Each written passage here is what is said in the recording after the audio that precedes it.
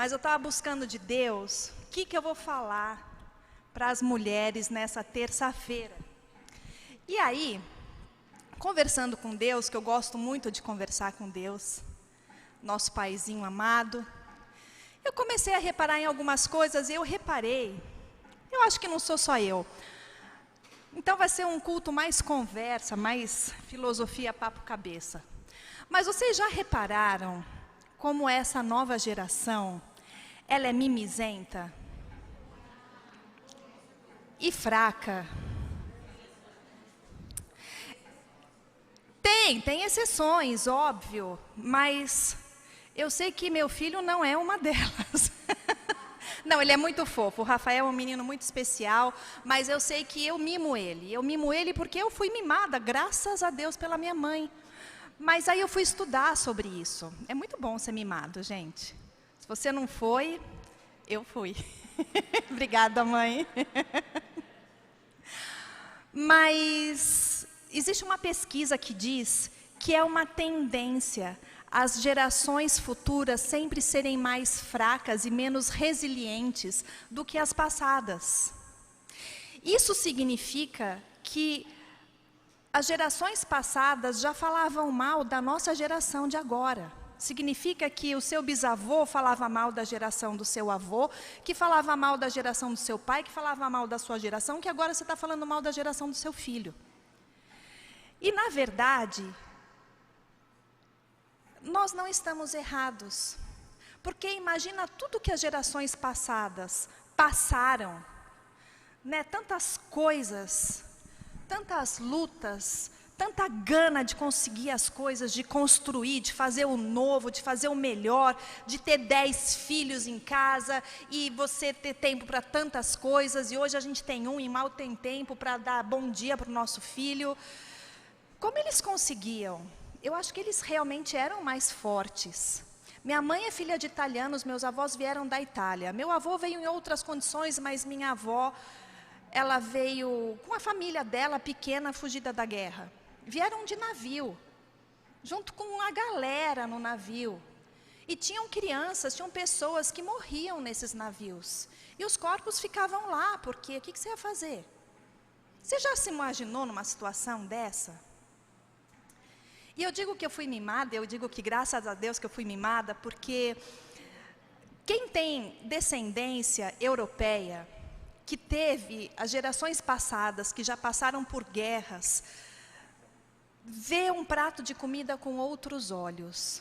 Outro dia eu vi uma matéria na televisão que eu fiquei indignada, eu fiquei ofendida com a matéria. Era uma mulher que o marido dela, ele não admitia comer o mesmo feijão que ela fez no almoço, comer no jantar. E ele também não admitia que ela congelasse. Então ela tinha que fazer um feijão novo no almoço e outro no jantar. Até aí, azar é dela, não tenho nada a ver com isso. Acontece que ela fazia muito feijão no almoço e muito feijão no jantar, e no dia seguinte, e ela jogava tanto feijão fora, porque ela não sabia fazer pouco. E eu falei, que absurdo essa mulher jogar esse feijão fresquinho no lixo. Por quê? Porque meus avós vieram de uma história difícil, que um prato de comida valia muito. Então, minha mãe era meio chata para comer também, e quando ela fazia cera para comer na hora do almoço, minha avó falava, não vai comer, Gina? Tudo bem. Guardava o prato dela, e quando ela sentava no jantar, estava ali o mesmo prato. Do jeito que ela tinha deixado, nem arrumava, né, mãe? Era ali, daquele jeito. E ela queria morrer. E como eu nasci também chata para comer, acho que minha mãe pensou, eu não quero que minha filha, glória a Deus, aleluia, passe pelo que eu passei. Então, tinha pratos especiais para mim em casa. Se na hora do jantar, que era o horário que todo mundo comia junto em casa, não tinha comida que eu gostasse, tinha uma comida especial só para mim. Deus me ama, mas mimada, né, gente? Vamos combinar. Porque eu cresci comendo filé mignon na manteiga, com arroz branco, purê de batata, suco de maracujá, que só podia ser de uma marca, não podia ser da outra. Então, assim, as gerações anteriores, elas tendem a ser mais fortes e mais resilientes do que as próximas, e isso é uma realidade. Fala, Lise. Não, graças a Deus. Ele é chato para comer, mas ele come de tudo, então é fácil. Mas eu cozinharia se fosse preciso. Então, isso não é um fenômeno novo, e as evidências, elas mostram que as gerações mais novas, elas realmente apresentam um maior grau, características que os mais velhos podem considerar como sinais de fraqueza. Os jovens de hoje em dia, eles não estão preparados para fazer os mesmos sacrifícios que fizeram as gerações anteriores. Ou não são tão determinados a isso, como foram nossos pais, nossos avós, nossos bisavós. Eles são menos resilientes, eles são mais facilmente ofendidos que as gerações anteriores. Já pararam para perceber, nesse raio desse politicamente correto, que a gente não pode fazer uma piada? Imagina meu sobrenome, Adams. E além de ter a família Adams, ainda tinha o chiclete Adams. Eu estudava numa escola pequena que as pessoas se chamavam pelo sobrenome. O que tiravam de sarro da minha cara, e eu não ligava, eu achava engraçado, porque eu aprendi assim na minha casa. Mas imagina hoje, eu ia falar, sofri bullying. Eu não quero menosprezar quem sofre bullying, porque é um problema real e existe. Tem bullying que são pesados de fato. Inclusive, hoje nós vamos orar por uma menina que está sofrendo bullying na escola com 5 anos de idade. Mas eu lembro que eu também fazia bullying. Eu tinha um amigo gordinho, Chico. Na hora do intervalo, olha o que eu cantava para ele. Chico, baleia, saco de areia, o saco estourou, o Chico escorregou. E aquilo virava uma grande brincadeira, porque ele corria atrás de mim, eu fugia, e as outras meninas fugiam, e virava aquele pega-pega, e todo mundo dava risada. Mas vai fazer isso hoje? Não pode. O Rafa foi viajar essa semana, que passou com a escola, foram para Cananéia, e os meninos repararam que a enfermeira da escola não fazia nada. Então começaram a encher o saco da enfermeira. À noite eles gritavam, enfermeira, socorro! E ela ficava desesperada, chegava lá, não era nada. Hoje o menino foi chamado na diretoria. Deu por quê, Rafa? Porque ele gritou na viagem. Eu ia ter vergonha de ser a coordenadora. Chegar e falar, fulano, você está aqui na minha sala porque você gritou na viagem. Ah, gente, pelo amor de Deus, né? Então é tudo muito chato. As pessoas estão muito mimizentas. E eu lembro que, e você sabe que as empresas hoje, elas estão tendo problemas com esses jovens que estão procurando os primeiros empregos, porque eles são jovens que não sabem ouvir não. E onde a gente escuta mais não na vida, depois da nossa casa, que hoje não é mais, é no trabalho.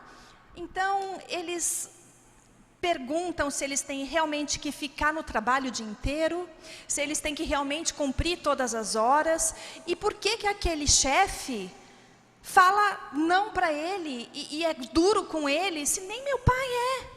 Meu filho acorda para cuspir. Então, esses jovens, eles não conseguem subir nas empresas, e eles são demitidos, e é vaga atrás de vaga que se preenche, que se despreenche, porque são jovens despreparados.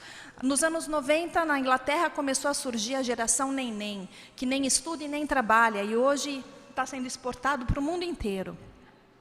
E eu lembro que no meu primeiro dia de trabalho, o trabalho que eu tinha aqui mesmo, depois da faculdade, fazer estágio, era uma assessoria de moda, especializada, uma assessoria de imprensa especializada em moda, que também fazia eventos. E a minha chefe de eventos era uma moça que faz eventos até hoje, a Fernanda Barbosa.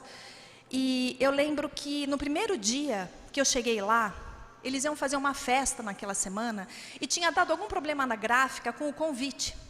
E eu tenho 48 anos, isso faz quase 30 anos atrás, eu tive que passar 300 fax num dia, que era o convite. Porque não tinha convite para mandar, e a festa tinha que ter convite, senão não ia ninguém na festa, e aí ia sobrar para a estagiária no primeiro dia de trabalho. E eu nunca tinha visto um fax na minha vida. Então eu aprendi a passar o fax, já comecei a passar fax atrás de fax, e eles eram 4 pessoas comigo no escritório, era pequeno, as 2 sócias, um jornalista e eu. E os 3 foram numa reunião com um cliente, eu fiquei lá sozinha passando fax. Acabou o dia, deu o fax, legal, vou para casa. No dia seguinte, cheguei lá para trabalhar. Agora, Mariana, você vai ligar para todas as pessoas que você passou fax para confirmar se recebeu e se vai na festa. Então, eu fiquei lá a tarde inteira ligando para 300 pessoas. E uma daquelas pessoas era o João Paulo Diniz. E quando eu liguei, a estagiária, no celular pessoal do João Paulo Diniz, ele estava numa reunião lá das empresas dele, ele me deu uma bronca. Mas ele foi tão grosso comigo. E eu Hoje eu entendo, né, que ridículo a estagiária ligar, ai, João Paulo, aqui é a Mariana, por parte da Fernanda Barbosa, você recebeu o convite da festa tal, você vai? E ele numa reunião de negócios de milhões de dólares. Aí quando a Fernanda chegou, Mariana, senta aqui, quem que você ligou, quem que falou, quem que vai, quem que não vai? E eu fui falando nome por nome e falei dele, olha, ele ficou bravo, tal. Ele ficou bravo, ai, vou ligar para ele. Aí eu vi que ela era amicíssima dele. Ó, João, minha estagiária. E ela ria, e ele ria. E aí eu notei que os dois estavam tirando um sarro da minha cara. E eu falei, estou pagando um mico aqui, né? Mas no dia seguinte eu voltei e continuei dando o meu melhor. E se fosse hoje? Não ia mais voltar. Ai, porque fizeram bullying comigo no trabalho. Então as gerações, quanto mais novas elas ficam, mais frágeis elas ficam. E, na verdade, a gente tem um pouco de culpa disso, porque eu lembro que na minha época, para mudar o canal de televisão, cada um tinha a sua vez, porque não tinha controle remoto. Não era assim? Você nem sabe que isso existia, mas você ia lá na TV de tubo, girava aquela bola. Tá, tá, tá, tá, tá, tá, tá. Tá, tá, tá, tá, tá, tá, tá, tá, tá. E ainda você tinha que regular aquele círculo que tinha em volta para arrumar a cor, para arrumar a imagem, o chiado, o bombril na antena. Era todo um ritual e era todo mundo na mesma televisão. Então, nós fizemos de tudo para ter mais conforto e a gente não pensou que isso fosse fazer com que a gente ficasse um pouco folgado. Porque hoje cada um tem a sua televisão, tem o seu telefone, tem o seu computador.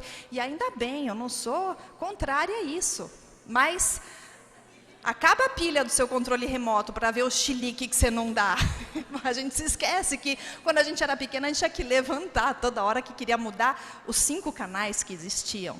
E hoje a gente tem, você abre um streaming e tem 500 opções de filmes e seriados, você fala, ai, não tem nada para assistir, sabe, de nada, inocente. Mas enfim, e a vida segue. E eu lembro que os irmãos herdavam as roupas dos irmãos mais velhos, né? E hoje em dia isso não existe mais, quase. Primeiro porque a qualidade da roupa caiu muito e talvez nem dê. Mas eu lembro que tinha isso. E minha irmã, ela tinha uma jardineira de macaco, lembra? Que eu amava aquela jardineira. E chegou o belo dia de eu herdar a jardineira dela. Ela era toda marrom e tinha a cabeça de um macaco assim, e tinha o bracinho que era a alça da jardineira. E eu herdei. Eu tinha uma muito amiga que chamava Mariana Vieira, e um dia eu fui de tarde, no final de semana, na casa dela e fui com a jardineira. E tudo bem, brincamos, tal, né? Passou um ano, ela me chamou de novo para ir na casa dela e eu fui. E a jardineira já não era mais comprida. Como ela tinha ficado curta, a minha mãe transformou numa bermuda jardineira. E eu fui com a bermuda jardineira de macaco de novo. E na hora que a gente sentou para tomar o lanche, chegou o irmão dela e falou, nossa, você gosta dessa jardineira, né? Porque eu lembro que ano passado você veio com essa mesma roupa. E ele falou com uma cara de desdém assim, mas eu nem entendi direito, porque eu amava tanto a jardineira, e minha mãe ainda colocava com uma malha laranja, que eu achava aquela combinação linda, marrom com laranja, com bege. Eu amava aquela, é bonito mesmo, né? Então, eu não fiquei ofendida, na verdade, eu nem entendi o porquê da cara de desdém dele, mas eu sabia que alguma coisa boa não era. Imagina se fosse hoje o Rafa passando por isso, se hoje eu não tenho coragem de comprar uma meia sem a aprovação dele, senão ele não usa. E por aí vai. E aí eu comecei a falar com Deus, puxa Deus, por que tudo isso agora? Por que eu e o pai estamos conversando sobre a fraqueza das gerações futuras e presentes? E eu lembrei de 2 Coríntios 4, capítulo 7 a 12, que é o título dessa mensagem, mas eu vou ler só o título, que chama Abatidos, mas não destruídos. Amém? Eu vou ler aqui tudo, vai. Temos, porém, este tesouro em vasos de barro, para que a excelência do poder seja de Deus e não de nós. Que tesouro que nós temos em vaso de barro? Conhecer a Deus através da face de Jesus, porque Deus, muitas vezes falam de Deus, mas de Jesus não são todos que conhecem. Então, quando você conhece a Deus através de Jesus, é um tesouro. E por que em vaso de barro? Porque naquela época, não existiam bancos, não existiam cofres, então as pessoas pegavam o que elas tinham de mais precioso, que eram os metais, a prata, o ouro, as moedas, e elas colocavam em vasos de barro. Porque se entrasse algum ladrão ali na casa, porque naquela época já tinha, eles não iam procurar num vaso de barro. Você deixava o vaso lá no meio de um monte de outros que você tinha num canto, ninguém ia olhar. Então, Paulo, ele se compara a isso, né? Temos, porém, esse tesouro em vasos de barro, para que a excelência do poder seja de Deus e não de nós. Em tudo somos atribulados, mas não angustiados. Perplexos, mas não desanimados. Perseguidos, mas não desamparados. Abatidos, mas não destruídos. Trazendo sempre, por toda parte, a mortificação do Senhor Jesus no nosso corpo, para que a vida de Jesus se manifeste também nos nossos corpos. E assim nós, que vivemos, estamos sempre entregues à morte por amor de Jesus, para que a vida de Jesus se manifeste também na nossa carne mortal, de maneira que em nós opera a morte, mas em vós a vida. Nossa, que complicado. O que ele está querendo dizer? Que nós temos dentro de nós um tesouro que é o Espírito Santo de Deus. Um tesouro em vaso de barro. Paulo estava se comparando a um vaso de barro. Ele era, só ele vazio, era pobre, era um nada, era uma coisa qualquer. Mas por ele ter esse tesouro escondido dentro dele, era algo muito precioso. E quando a gente traz a mortificação de Jesus para o nosso corpo, o que isso significa? Que a gente tem que, muitas vezes, engolir o sapo de perna aberta e unha comprida. E não tem jeito. Faz parte da vida. E quando a gente pega essa mortificação de Jesus, o que acontece? A vida dele se manifesta em nós. Porque quando você passa por uma situação difícil e você consegue refletir a paz de Jesus nessa situação difícil, você está mostrando para as pessoas que você tem algo especial, que segura a tua onda quando a situação é para te derrubar. E isso é muito precioso. Só que para as pessoas pegarem aquele tesouro, o que elas tinham que fazer? Elas tinham que quebrar o vaso. Então, para esse tesouro ser mostrado, ser acessível às outras pessoas, o vaso tem que ser quebrado. Alguém está se vendo no vaso quebrado ou sou só eu? Acho que sou só eu. Então, era assim que Paulo se via, um vaso de barro carregando dentro dele algo de mais precioso que ele tinha e que era o conhecimento de Deus através de Jesus Cristo, mas que para esse tesouro aparecer ele tinha que ser quebrado. E através da quebra desse vaso, o conhecimento desse tesouro, o conhecimento de Deus na face de Jesus é mostrado para todas as pessoas. E aí eu penso, essa geração mimizenta, meu Deus, será que eles podem ler isso? Porque agora é assim, eu não gosto de nenhum deles, não vou votar em nenhum. Gente, eu voto desde os meus 16 anos, eu tenho 48 anos, quantas eleições eu já passei? Eu só fiz voto útil em quase todas as eleições da minha vida. Eu tenho que ter a maturidade de chegar e falar, eu não gosto desse, eu também não gosto desse. Mas então, peraí, vamos analisar. O que um tem de bom, o que o outro tem de bom, o que um tem de mal, o que o outro tem de mal. E vou ter que extrair alguma coisa, e vou ter que escolher.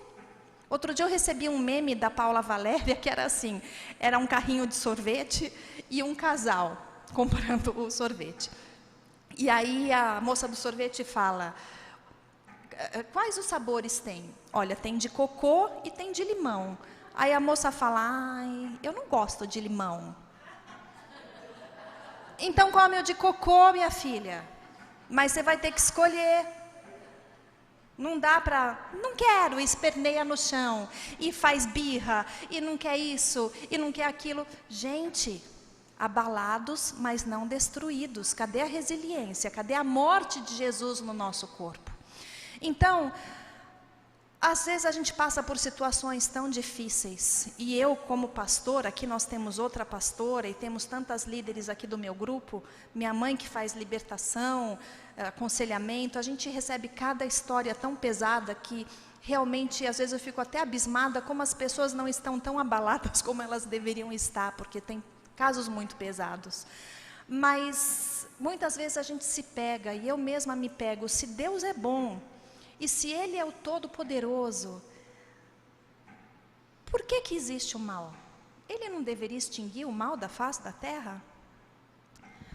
Por que existem pessoas que sofrem, crianças que morrem, catástrofes?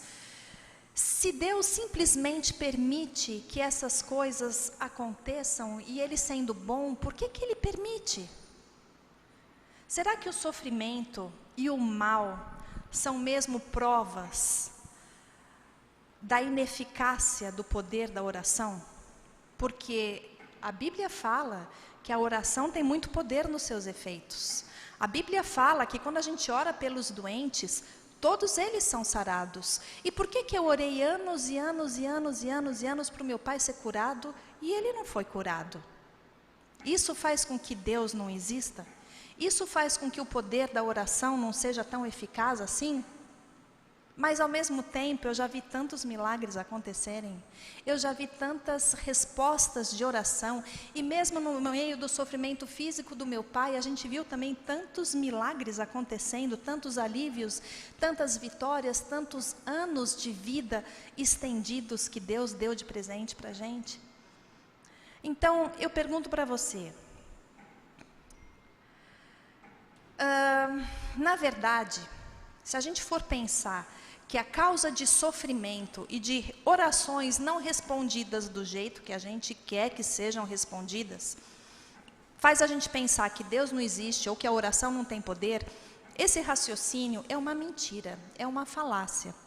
Porque eu não consegui enxergar ou entender a razão pela qual Deus permite o sofrimento, não significa que Deus não exista e que a oração não tem poder. Se a nossa mente, ela não é capaz de entrar nas profundezas do universo, encontrar todas as respostas para as nossas perguntas, para todas as coisas, a gente não sai dizendo que essas coisas não existem. Por exemplo, por que que tem água salgada e água doce e elas não se misturam? Mas elas não deixam de existir. A própria ciência, ela admite que tem coisas que nós não entendemos. A teoria da evolução é um exemplo dela. O nome já diz, é uma teoria, ela não é provada. A teoria da evolução fala o quê? Da evolução das espécies, né? Fala até que nós viemos do macaco, e a ciência tenta tanto provar isso e não consegue. Eu continuo acreditando que eu não vim do macaco, apesar de amar os macacos, mas eu creio que nós viemos de Adão e Eva. Se nunca conseguiram provar o contrário. Então, ainda que existem muitas lacunas nessa teoria da evolução, a evolução das espécies, muitas perguntas sem respostas, os cientistas, eles não jogam essa teoria no lixo. Eles não falam, a teoria da evolução não existe porque tem tantas perguntas sem respostas, então ela não existe. Ela não deixa de existir, continua sendo uma teoria da ciência. A mesma coisa acontece com a existência de Deus, ou o poder da oração. O fato de nós não entendermos o porquê do sofrimento, muitas vezes, não anula a existência ou o poder da eficiência da oração, ou a existência de Deus. Quando uma pessoa diz, Deus não existe, porque se Ele existisse, Ele não permitiria o mal,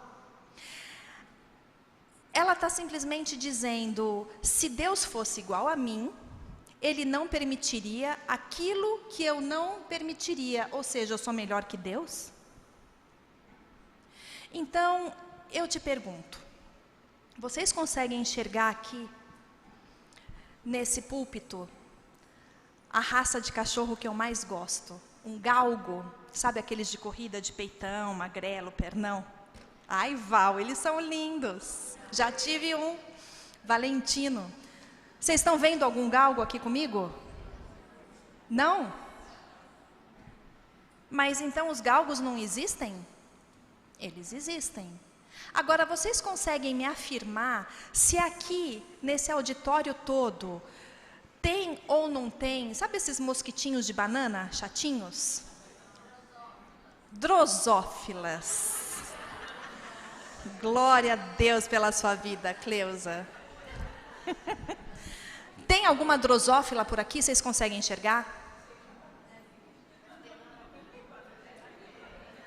Difícil, né? Mas, então, por que não, a gente não consegue enxergar nenhuma drosófila aqui, apesar da gente ter frutas na mesa da ceia? A gente pode afirmar que não tem nenhuma? Ou que tem milhares? Não. É assim também com o poder da oração e com a existência de Deus. Eu falei que ia ser um papo louco filosófico, mas eu tenho altos papos com Deus e eu amo. Então, a mesma coisa se aplica no sofrimento. O fato da gente não entender ou não conseguir respostas para ele não faz com que Deus deixe de existir e não faz com que o poder da oração não seja eficaz. Vocês sabiam que o grande pregador C.S. Lewis, ele era um ateu convicto? Eu não sabia até eu estudar essa palavra para vocês. Ele era ateu e simplesmente ele era ateu porque ele não conseguia ver justiça no mundo com tanto sofrimento, com tanta dor, com tanta coisa ruim. Então ele não conseguia ver justiça nisso. E isso foi exatamente o que fez ele se converter e ele ter a noção da existência de Deus. Ele teve isso, entre aspas, sozinho, porque eu creio que ele teve uma conversa bem papo-cabeça com o Espírito Santo, sem nem mesmo ele saber. Mas uma das coisas que impedia ele crer em Deus era exatamente isso. E ele disse que não conseguia acreditar em Deus porque existia tanto sofrimento no mundo. Mas depois a mentalidade dele mudou, por quê? Porque ele nos demonstra que o sofrimento pode até ser uma evidência da existência de Deus, que é loucura maior do que essa, mas eu vou explicar. Porque, afinal das contas, se Deus não existe, esse é o raciocínio do C.S. Lewis, de onde vem o nosso sentimento de justo e injusto? O que me dá o direito de dizer se algo é bom ou ruim? Ele reconheceu que se Deus não existe, por que eu fico tão indignado com a injustiça e com o sofrimento? Com as coisas ruins que acontecem? Porque essa não seria apenas uma consequência natural da evolução, da teoria da evolução das espécies? As causas naturais ou o forte se sobressaindo ao mais fraco? Não teria então que me entristecer ou me indignar com algo ruim ou com o sofrimento do outro, se é apenas uma causa natural que vem da teoria da evolução. Agora, se isso me deixa indignado, isso me aponta para algo que está além de mim e que é verdadeiramente justo e bom. Então, o sofrimento pode apontar para a existência de Deus, por mais incrível que isso pareça. As Escrituras, elas revelam um Deus que ele veio até nós, ele se encarnou, ele sofreu conosco, ele sofreu por nós. Um Deus que entende o sofrimento que a gente passa e um Deus que está conosco no sofrimento. Mas Mariana, a sua primeira quimioterapia foi um sofrimento, foi, e Deus estava lá comigo, Deus e a minha mãe. É um ato de fé. E a fé a gente não explica. E porque não explica, a gente vai bater o pé no chão, como essa geração mimizenta, e falar: ah, se não é do jeito que eu quero, então não quero mais. Romanos 8:28 diz que todas as coisas contrárias cooperam para o bem daqueles que amam ao Senhor. O fato é que quando a gente está passando por uma coisa contrária, a gente risca isso da nossa Bíblia e a gente não se lembra mais. A gente se esquece que essa coisa contrária que está acontecendo vai cooperar para o nosso bem. Pode ser que você não esteja entendendo agora, mas depois você vai entender. Deus, ele não tem essa nossa limitação. Eu não sei o que vai acontecer amanhã. Eu só sei o que vai acontecer hoje. E se hoje não acontece o que eu estou imaginando, o que eu estou pedindo em oração, eu simplesmente surto e falo: não quero mais brincar de ser crente. Não quero mais brincar de orar. Não quero mais brincar de crer. Fala, crente. Mas Deus já sabe o fim desde o começo de todas as coisas. Eu sei que o tempo estourou, mas eu não vou parar. Estou terminando já. Ele tem a capacidade de transformar a situação que agora é uma crise numa vitória. A promessa, gente, ela é boa, e ela é bênção, e ela é leve. Isso está lá em Jeremias 29:11, que diz que Deus é que sabe os planos que Ele tem para cada uma de nós.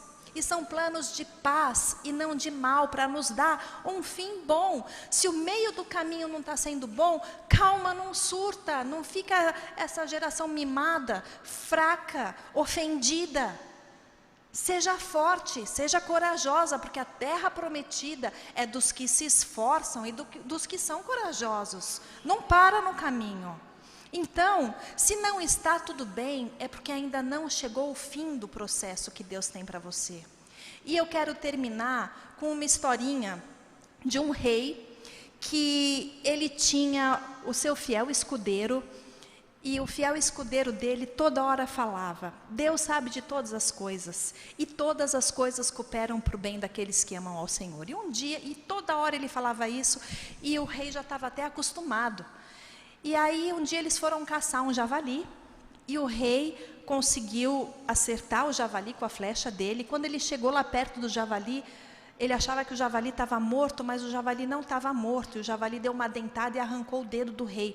E o rei começou a gritar, gritar, gritar. E chegou o fiel escudeiro: Deus sabe de todas as coisas. Todas as coisas cooperam para o bem daqueles que amam a Deus. Ele fala: chega, eu não estou vendo nada de bom de eu perder o meu dedo aqui. Quando a gente chegar na cidade, você vai ser preso. E assim fez. Eles foram para a cidade. O rei já estava por aqui do fiel escudeiro dele, falando aquilo toda hora, e prendeu ele. Passaram-se alguns meses, ele foi caçar de novo, e ele se perdeu. Ele estava sem o fiel escudeiro dele, então ele não conseguiu achar o caminho certo, ele se perdeu. E a cidade ficou empolvorosa sem o rei, porque ele era um rei amado, e todo mundo procurando o rei, ninguém achava o rei. E até que alguns meses depois, quem aparece lá, todo fedido, maltrapilho, judiado, cansado, era o rei. E aí todo mundo vem: ai, rei, que bom que você apareceu. Eu quero que vocês soltem o meu fiel escudeiro agora. E aí ele conta o porquê. Quando soltam o fiel escudeiro, depois que o rei já estava de banho tomado, cheirosinho, ele reuniu todo mundo e falou: quero te pedir perdão, fiel escudeiro, agora. Porque você sempre falou que todas as coisas cooperam para o bem daqueles que amam ao Senhor. E quando eu perdi o meu dedo, eu não me conformei e eu mandei te prender.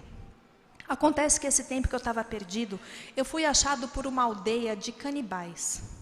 E eles me pegaram e me prenderam, e eles iam me sacrificar ao Deus deles. E depois eles iam me cozinhar e me comer. E quando chegou o momento de me sacrificar, eles viram que eu não tinha um dedo. E eles ficaram irados, porque eles só podiam sacrificar um ser humano perfeito. E por eu não ter um dedo, eu não era perfeito, então eles me soltaram. E eu consegui achar o caminho de volta. E agora eu estou aqui. E hoje eu vejo, fiel escudeiro, e eu te peço perdão por ter te prendido, porque eu não ter um dedo cooperou para o meu bem. Porque se eu tivesse o dedo, eu estaria agora na barriga dos canibais. E eu quero te pedir perdão por isso, por ter te prendido. E o fiel escudeiro falou: ah, rei, Deus sabe de todas as coisas, e não precisa me pedir perdão por ter me prendido, porque todas as coisas contrárias cooperam para o bem daqueles que amam a Deus. Porque se você não tivesse me prendido, eu estaria com você, e você não teria se perdido. E os canibais teriam me pegado. E você não tem um dedo, mas eu tenho todos os 20 dedos. E aí eu estaria na barriga dos canibais. Glória a Deus. Aquele moço, ele passou meses e meses preso. E ele não entendia o porquê. Ele não teve culpa do dedo comido. Mas depois ele entendeu o porquê que ele tinha sido preso.